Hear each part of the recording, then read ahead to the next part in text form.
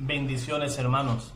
Este tema es bastante controvertido entre nuestros hermanos no católicos. El tema de los hijos o los supuestos hijos de María, ¿verdad? ¿A quién de nosotros, un protestante, un buen día, no nos echó en cara o nos mostró versículos donde supuestamente María, después de haber tenido a Jesús, pues María rehizo su vida con José y hizo su vida como cualquier otra persona, ¿verdad? Esa es la versión protestante sobre esos supuestos hijos de María. Hoy quiero explicaros el tema, pero desde la perspectiva de San José. Queremos entrar de lleno en lo que es la figura de San José dentro de este tema y qué nos dice la Escritura sobre San José, el santo silencioso. Este buen hombre que fue elegido por Dios para ser el tutor de su hijo y el guardián de la Sagrada Familia, quien tenía que proveer por María y por Jesús. Eso lo vamos a ver con las Escrituras. Vamos a comenzar viendo la profecía desde Isaías. Vamos a ver qué señal o qué promesa prometió Dios mismo sobre esta mujer, esta santa mujer, María. Os tengo que reconocer que antes de dedicarme a la apologética, a mí los ataques a María pues me causaban bastante dolor, y uno de los motivos para hacer apologética fue defender a nuestra madre, ¿verdad?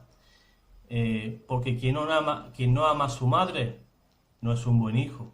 Y Jesús, por supuesto, no es un buen hijo. Jesús es el mejor hijo y se ofende cuando cualquier persona, ya sea desde el desconocimiento o desde la maldad, insulta a su madre.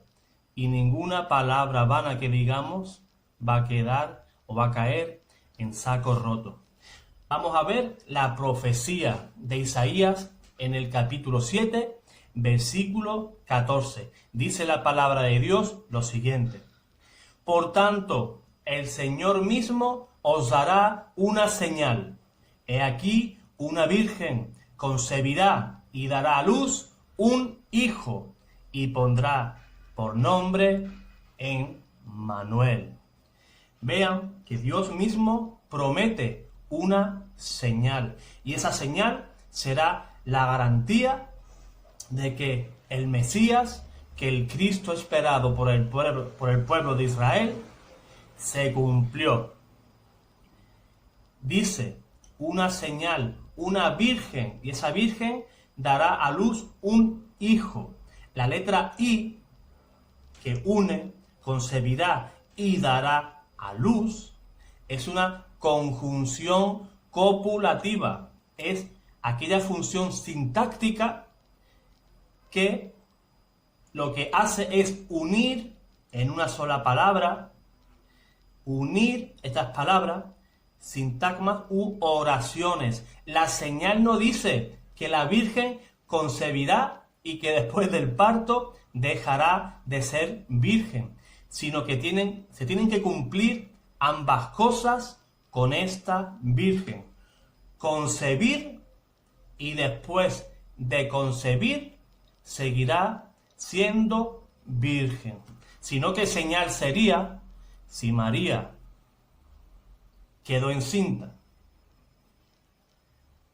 Jesús se formó en el vientre de María, María tuvo a Jesús y María perdió la virginidad y hizo una vida cualquiera con San José y tuvo más hijos. ¿Qué señal es esa? El protestante no se da cuenta que está negando esta señal. Y si niega esta señal, bajo el pensamiento protestante, entonces Jesús, ¿quién es? Vean la lógica protestante. Si esa señal no se cumple, entonces Jesús no es Dios, Jesús no es el Cristo, no es el Mesías prometido. Hasta ahí llega a adulterar la Escritura el protestante. Si niegas esta señal, niegas que Jesús sea Dios. Y entonces estamos como antes. Murió en la cruz por nada. Un hombre cualquiera murió en la cruz absolutamente por nada. Estamos como los judíos. Estamos esperando entonces que venga otro, ¿verdad? Jesús no fue. Esa es la mentalidad protestante, no la doctrina de la Iglesia Católica. Es muy importante entender el papel de San José dentro del plan de Dios. María y su hijo necesitaban a una persona que velaran por ellos, y José era esa persona elegida por Dios. Recordemos que José era el último descendiente del rey David y por tanto el último heredero al trono. Un simple carpintero era el último descendiente de David. Vean cómo esas grandezas, cómo esa dinastía del rey David quedó al final en nada, en un simple carpintero. Vamos a ver con la Escritura cómo José era el encargado de proveer a María y a su hijo. José, al enterarse de que María había quedado encinta, quiso repudiarla en secreto. Eso lo podemos ver en San Mateo, capítulo 1, versículo 19.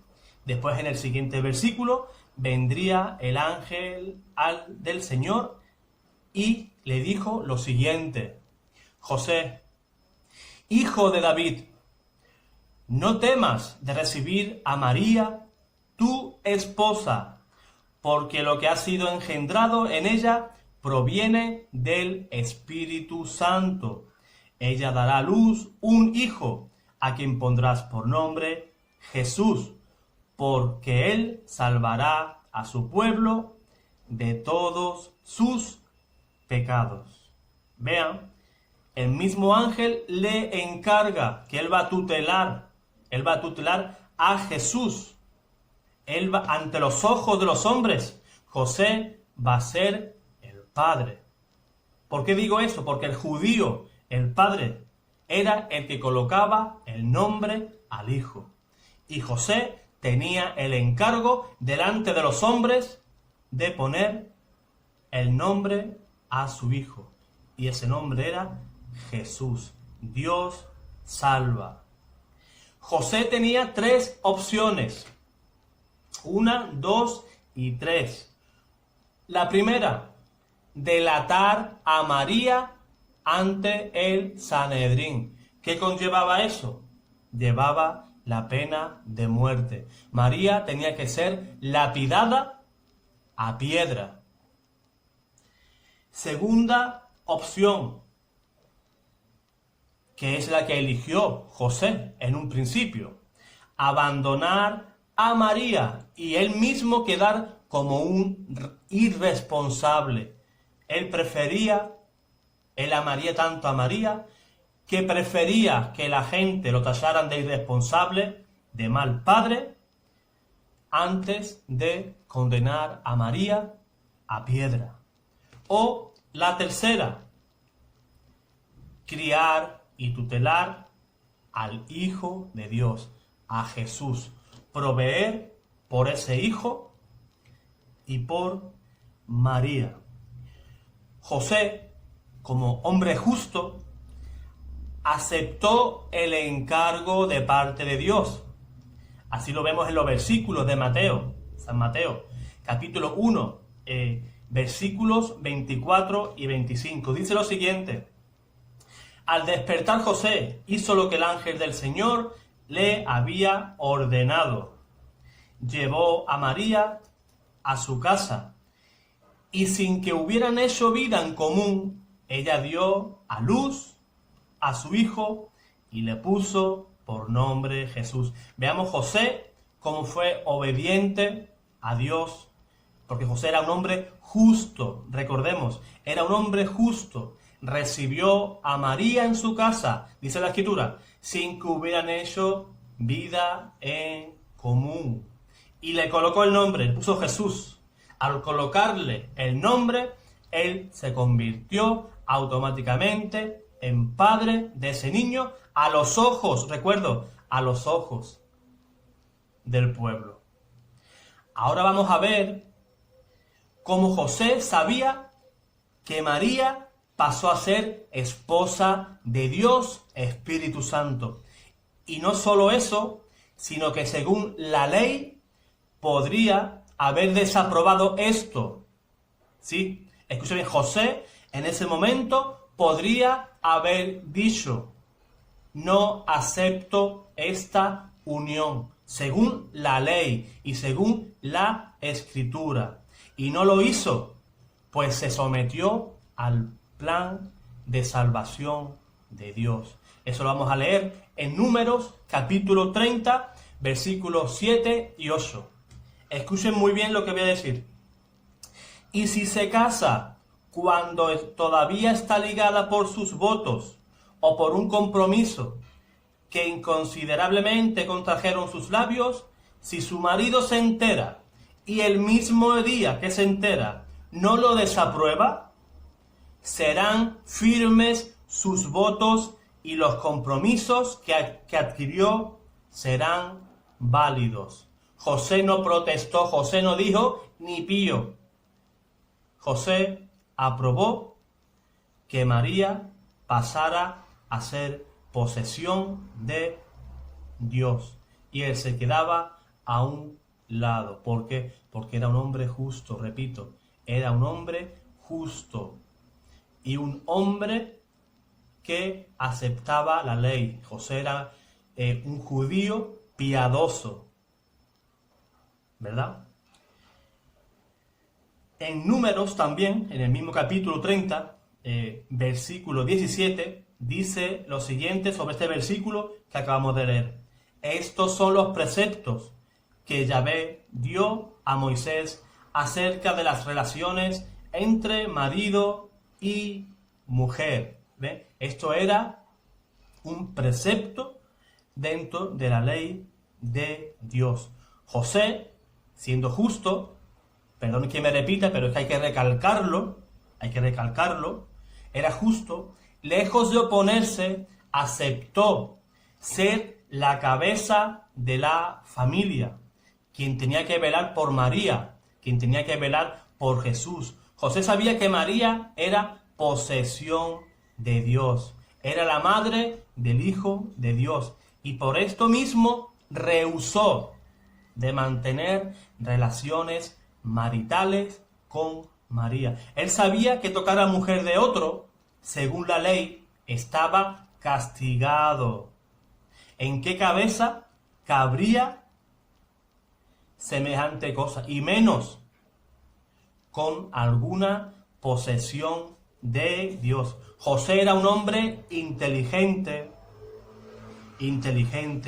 Por su cabeza tendría que haber pasado un hecho ocurrido durante el reinado del rey David, cuando Uzá, un siervo de David, murió fulminado por la ira de Dios. ¿Por qué? Porque tocó el arca, tocó un simple cajón que contenía lo que sería figura de lo que se cumplió en el vientre de María.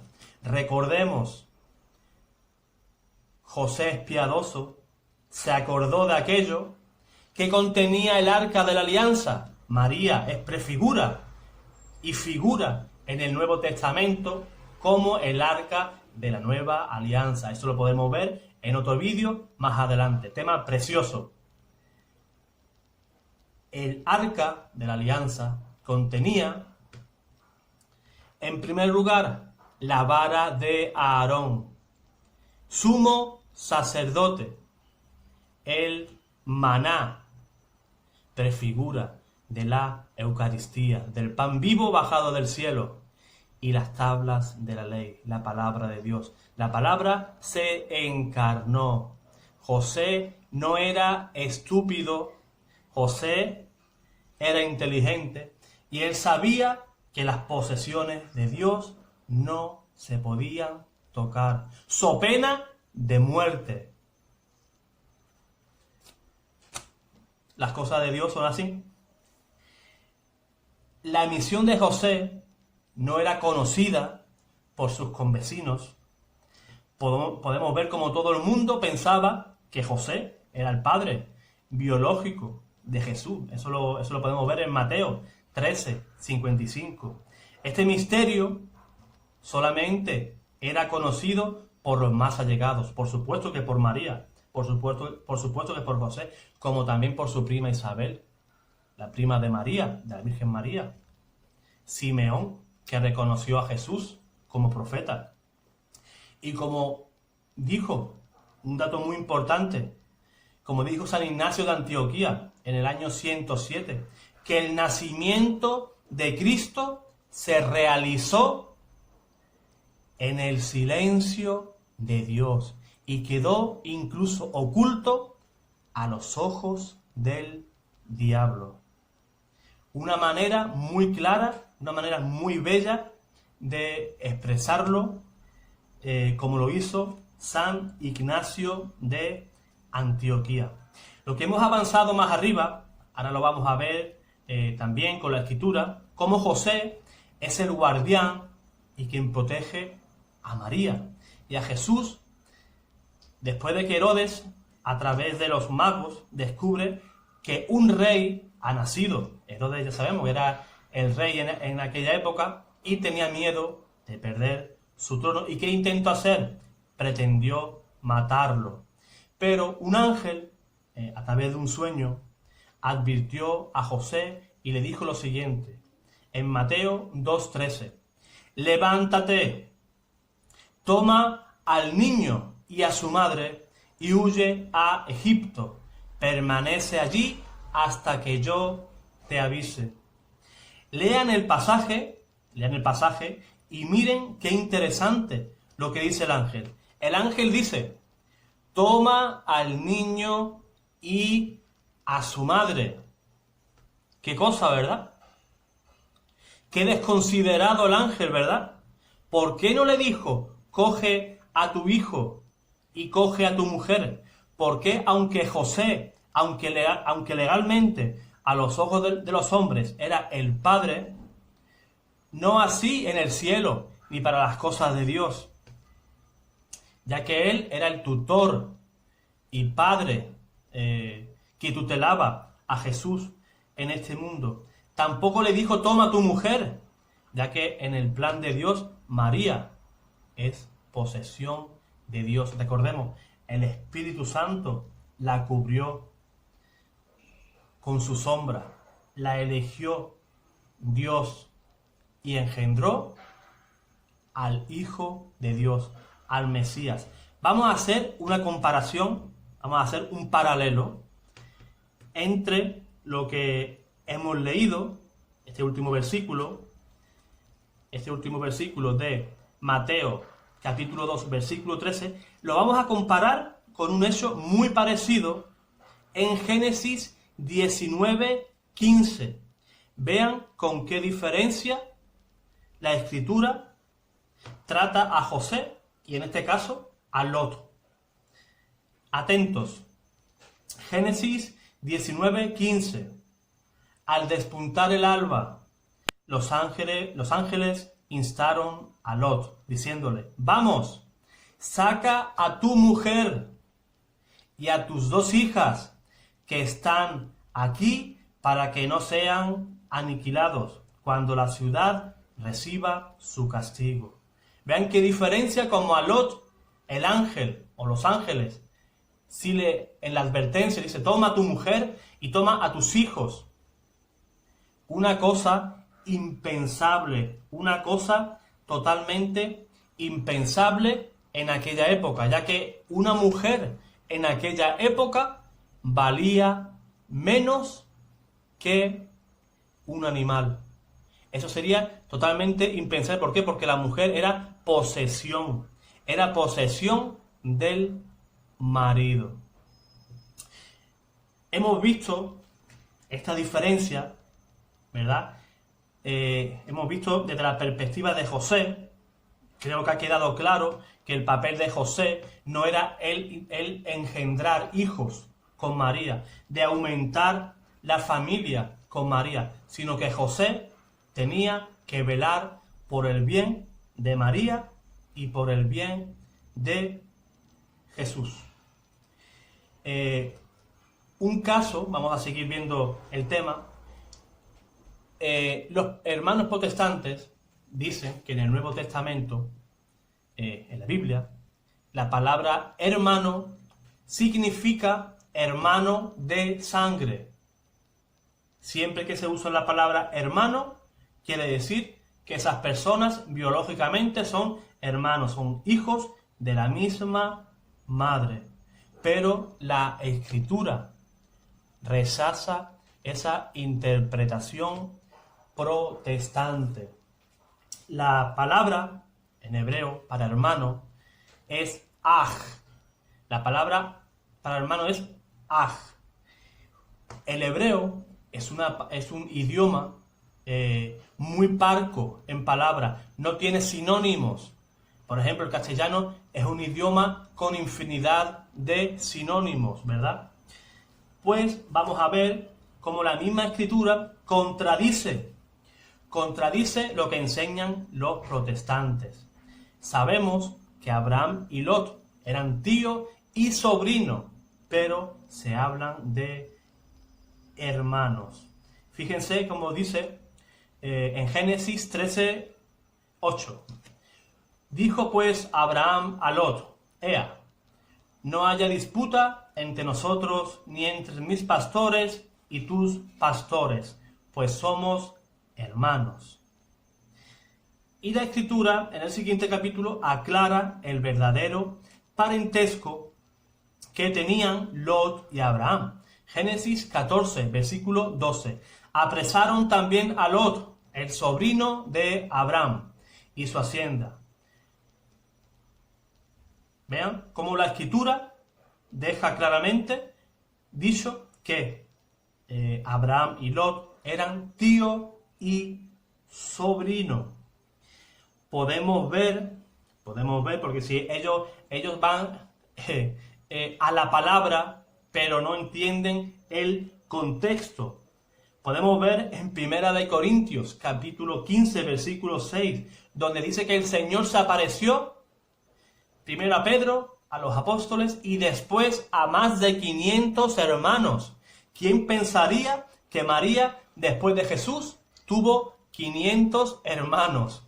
Perdonen que me ría, pero hay un protestante por ahí, y bastante famosillo, el cual llegó a afirmar, para contradecir el punto de vista católico, que sí, que María tuvo 500 hermanos. Y como decimos por aquí, eso no se lo cree ni él mismo. La palabra hermanos encierra varios significados en la cultura hebrea.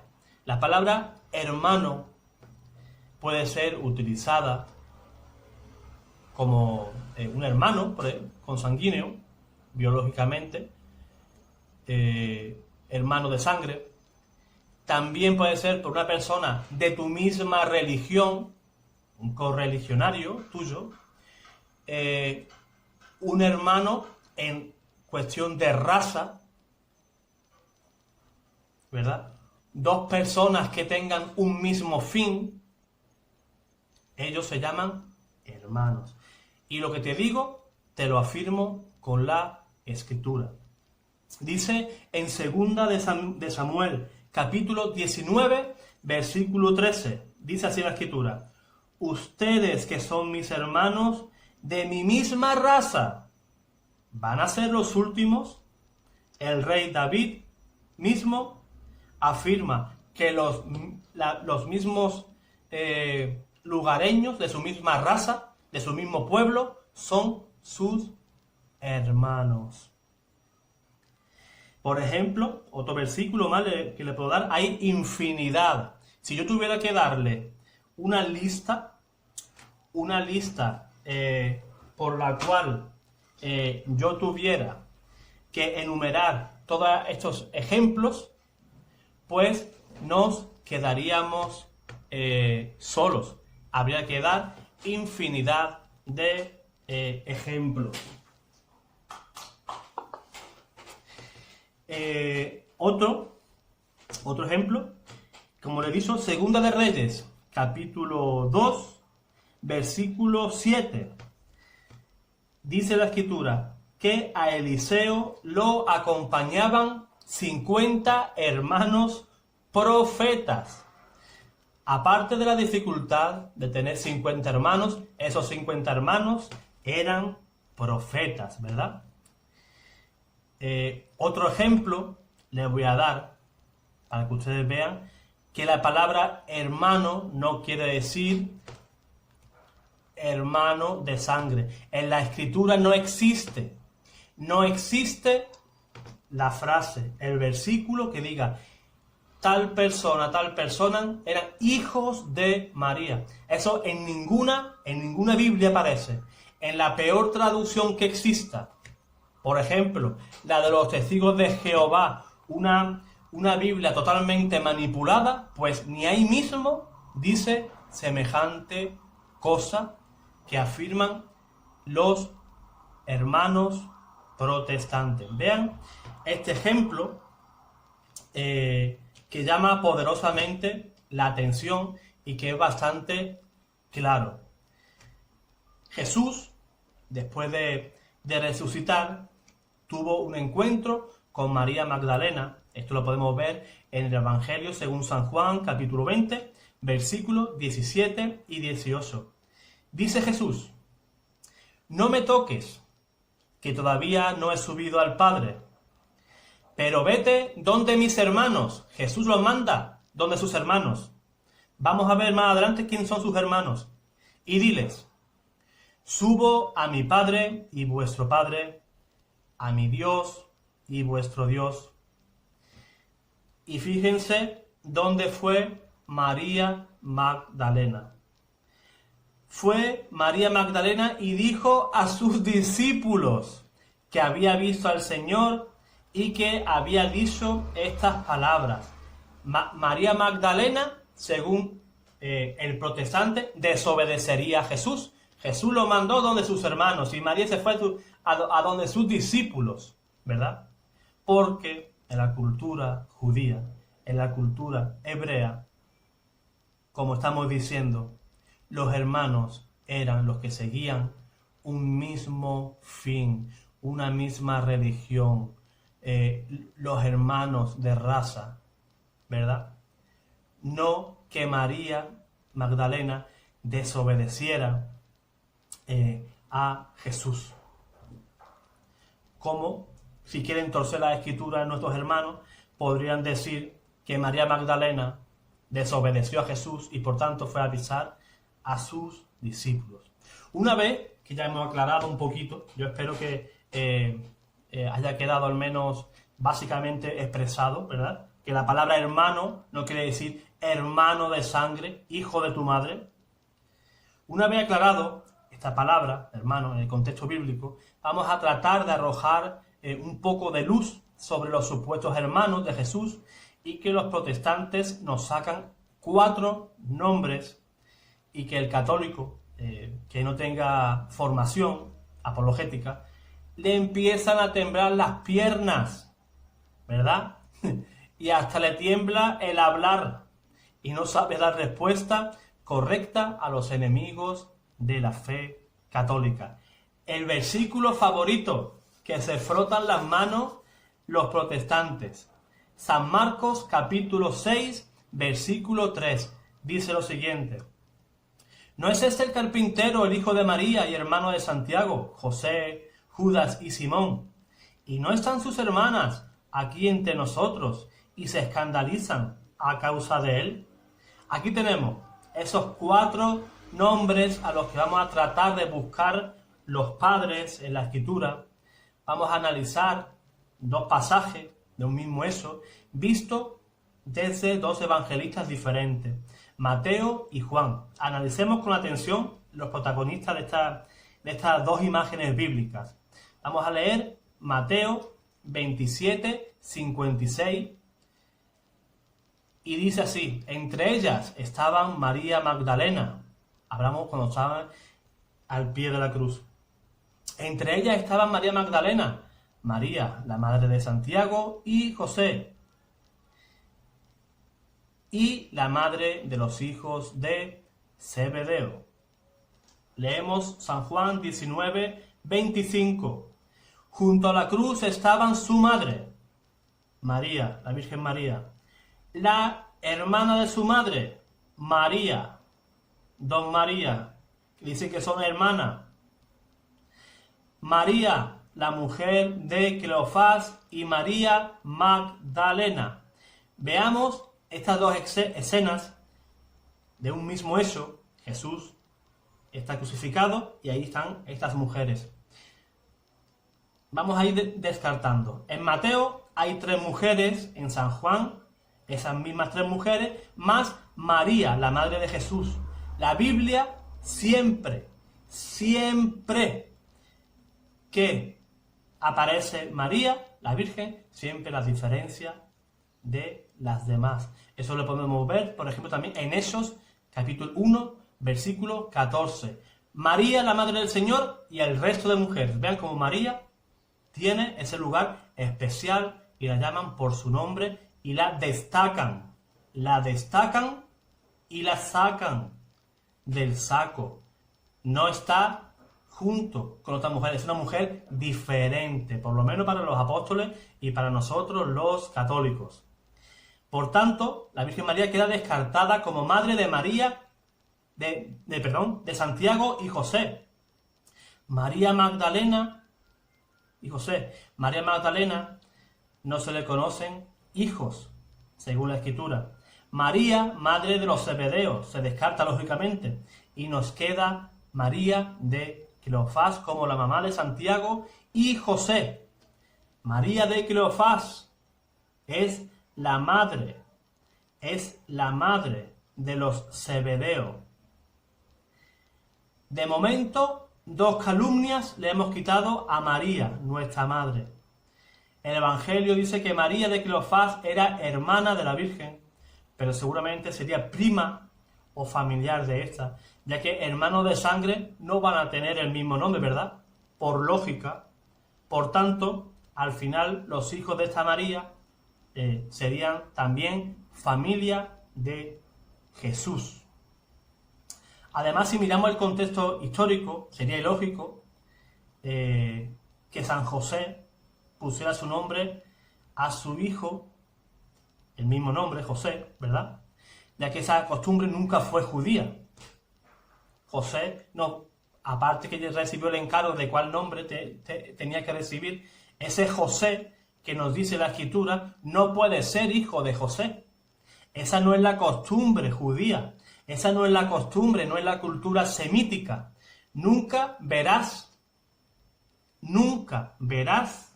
en la Escritura que un padre se llame, por ejemplo, Juan y le coloque el nombre Juan. Jamás. Fíjate, los hijos de Abraham, sus 2 hijos, no recibieron el nombre de Abraham. Fíjate en todas las genealogías, jamás han puesto el mismo nombre del padre a un hijo, porque el nombre denotaba el carácter de esa persona. El judío no le colocaba el nombre a su hijo como cualquier cosa, como nosotros hoy en día. Hoy a nosotros nos da igual llamar a nuestro hijo Antonio, que José, que Alfonso, que Alberto. A nosotros nos da igual lo que signifique ese nombre, se lo colocamos porque nos pareció bien y punto. Para un judío, no.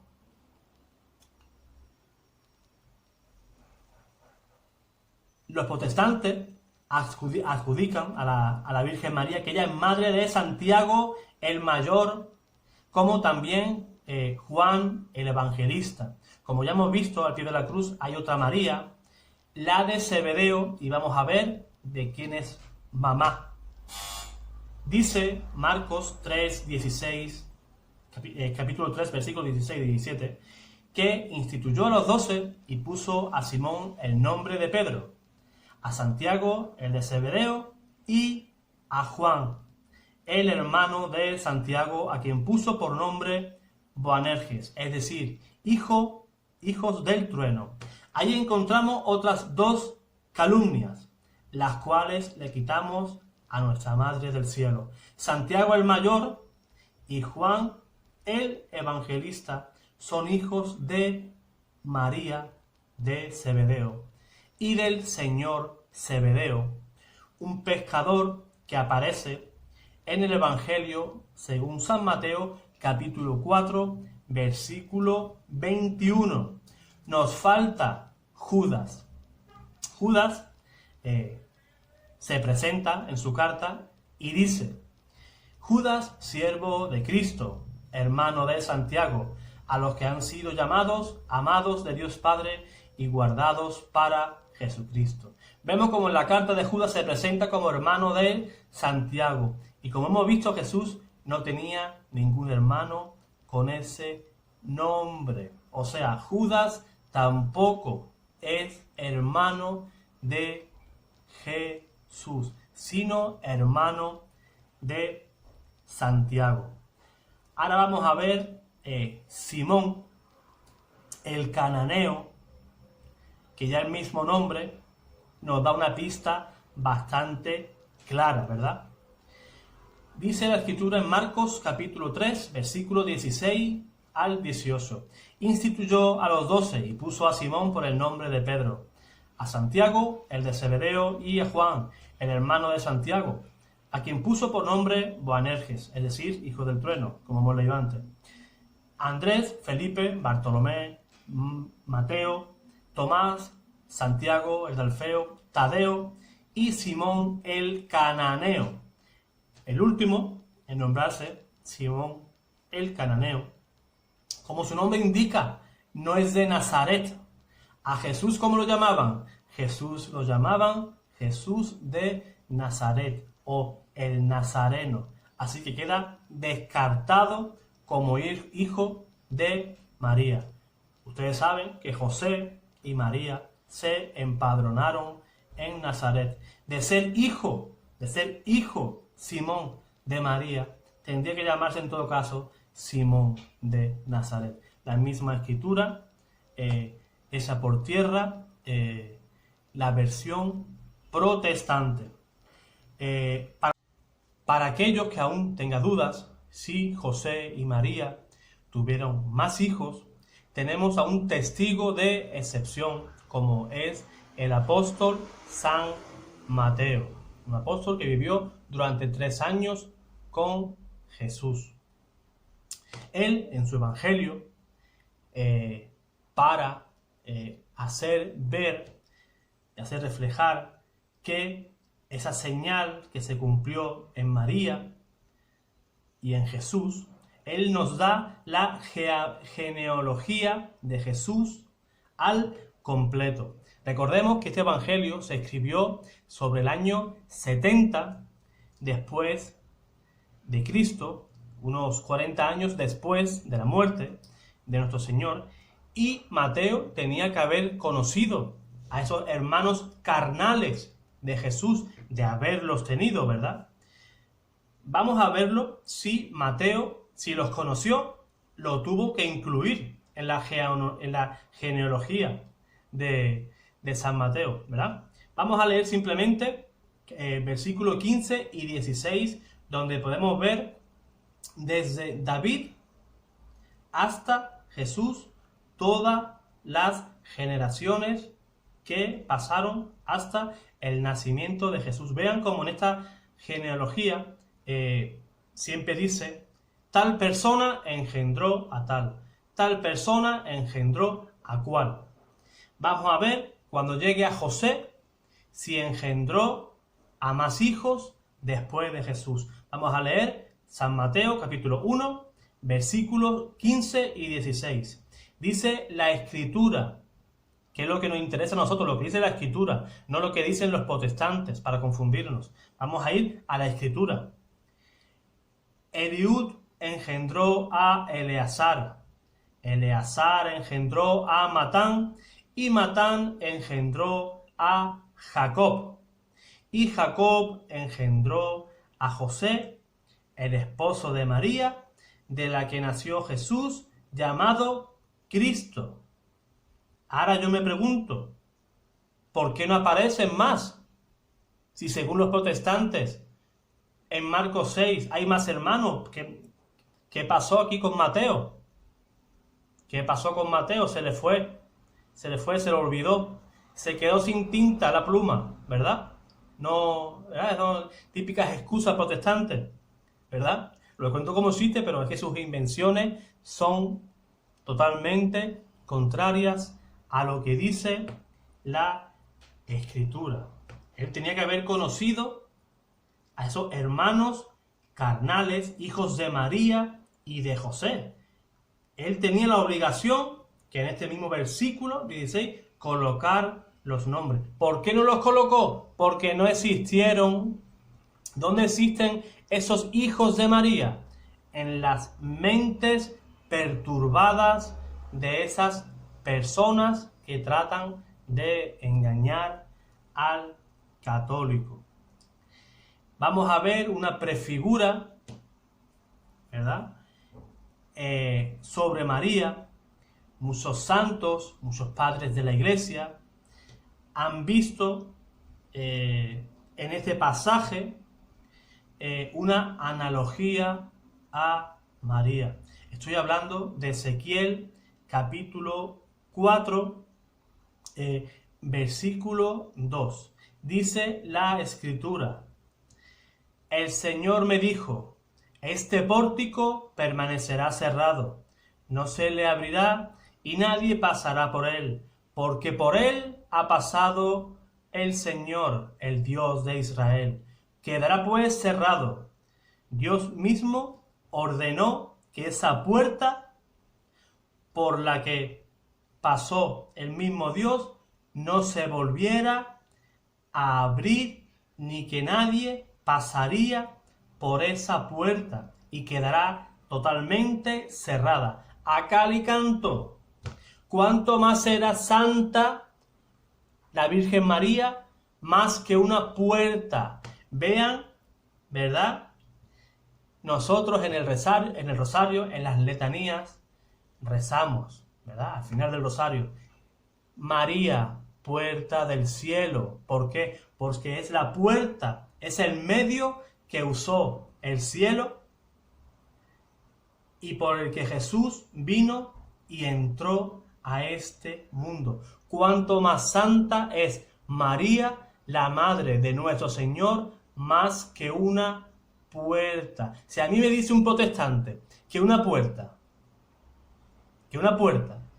es más santa que la persona que ha vivido, que ha tenido una experiencia tan íntima con el Dios uno y trino, con el Padre, Hijo y Espíritu Santo, entonces eso ya es para volverse loco, ¿verdad? Que una puerta sea más santa que nuestra Madre del cielo.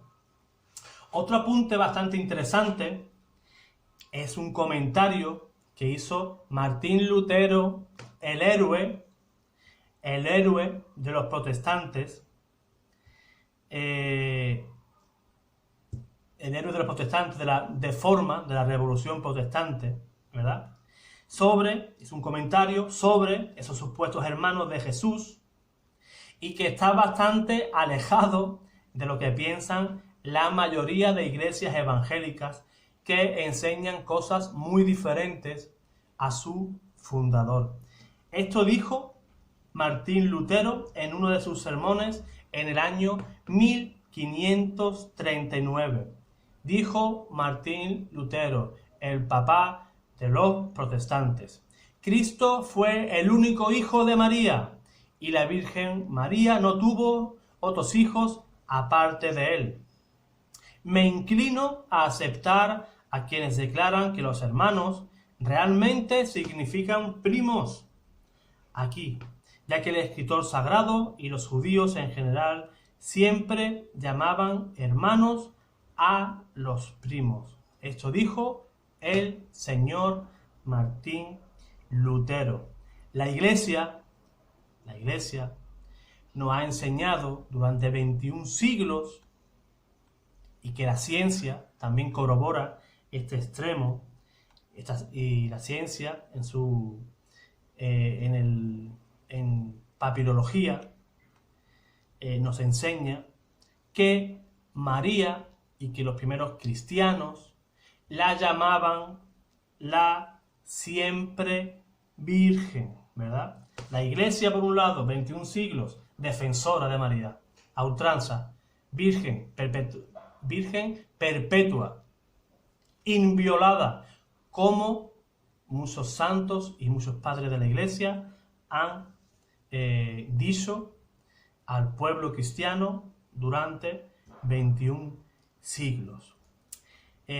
La ciencia, a través de la papirología, encontró en una antigua ciudad egipcia, en Oxirrinco, el papirólogo Edgar Lovell de la Universidad de Oxford analizó unos papiros que datan del año 250 después de Cristo y que testimonia que los primeros cristianos rezaban a la Madre de Dios y creían en su perpetua virginidad. De ahí, una de las oraciones más antiguas a María es esta, la que se encontraron en este papiro, Subtum Praesidium. Os la voy a leer. La tengo en latín, la tengo en griego y en español, pero os la voy a leer en español. A más de uno seguro la conoceréis, pero quizás no sepáis que esa oración es tan antigua. Es del año 250 después de Cristo. Dice la versión traducida al castellano: bajo tu amparo nos acogemos, Santa Madre de Dios, no deseches las súplicas que te dirigimos en nuestras necesidades. Antes bien, líbranos de todo peligro, oh siempre Virgen, gloriosa y bendita. Para que vean que estos primeros cristianos dedicaban esta oración a la siempre Virgen, a María. Dicen los expertos en papirología que cuando existen estos tipos de escritos es que al menos 2 generaciones antes ya se enseñaba esa doctrina, ¿verdad?, entre estos primeros cristianos. O sea, si ese papiro data del año 250, sería a mitades del siglo III, pues ya desde el siglo II, al menos del siglo II, los hermanos cristianos que vivieron en aquella época ya creían en la virginidad perpetua de la Virgen María, como tú y yo, hermano, hermana católica, creemos hoy en día en el siglo XXI. Para concluir, quiero leer el pasaje de Lucas 31-32, la Anunciación, y voy a dejar una pregunta en el aire a nuestros hermanos protestantes, si ven este vídeo. Les voy a dejar una pregunta en el aire. Vamos a leerlo y ahora hago la pregunta. Lucas capítulo 1, versículo 32 y 33. En la Anunciación. Dice el ángel: Él será grande y será llamado Hijo del Altísimo. El Señor Dios le dará el trono de David su padre. Reinará sobre la casa de Jacob por los siglos de los siglos. Ahora, si Jesús tuviera hermanos carnales, como dicen los protestantes, el trono de David hubiera sido heredado, ¿verdad?, por alguno de estos hermanos. Y entonces el ángel nos habría engañado, porque dice el ángel que su reino no tendrá fin. Entonces, hermano protestante que me estás viendo, tú que afirmas que esos 4 personas son hermanos de Cristo. Cristo, cuando murió, ¿quién de esos 4 hermanos heredó ese trono? ¿Cuál de esos 4, según tu versión? Porque según la ley, después del último descendiente, después de la muerte del último descendiente, ese trono tenía que pasar al siguiente sucesor. Y si esos 4 hijos, como tú afirmas, son hijos de San José y de María, uno de esos 4 tendría que haber heredado el trono de María. Y entonces dejarías por mentiroso al mensajero de Dios y por tanto al mismo Dios. Esa es la pregunta que yo dejo en el aire a los hermanos no católicos. Pero a ti, hermano católico, te animo a que seas valiente, te animo a que te esfuerces y que, espero, si este vídeo te gustó, si este vídeo te enseñó algo, te pido que lo compartas, porque los hermanos protestantes, para regar mentiras, para repartir mentiras, no tienen reparo y van sembrando la mentira en todo lugar. Yo te animo, si te gustó este vídeo, si aprendiste algo de este vídeo, te animo a que lo compartas en donde quieras, ya sea en tus grupos de WhatsApp, grupos de Facebook, en tus redes sociales en general. Incluso hay hermanos, y me alegro por esto, que incluso esos humildes vídeos que yo hago lo comparten en sus parroquias en horas de catequesis. Yo agradezco que se haga esto, pero que todo sea para la gloria de Dios y por el bien de nuestra Santa Iglesia. Hermano, esfuérzate y sé valiente, porque Dios y su Iglesia está contigo. Dios te bendiga.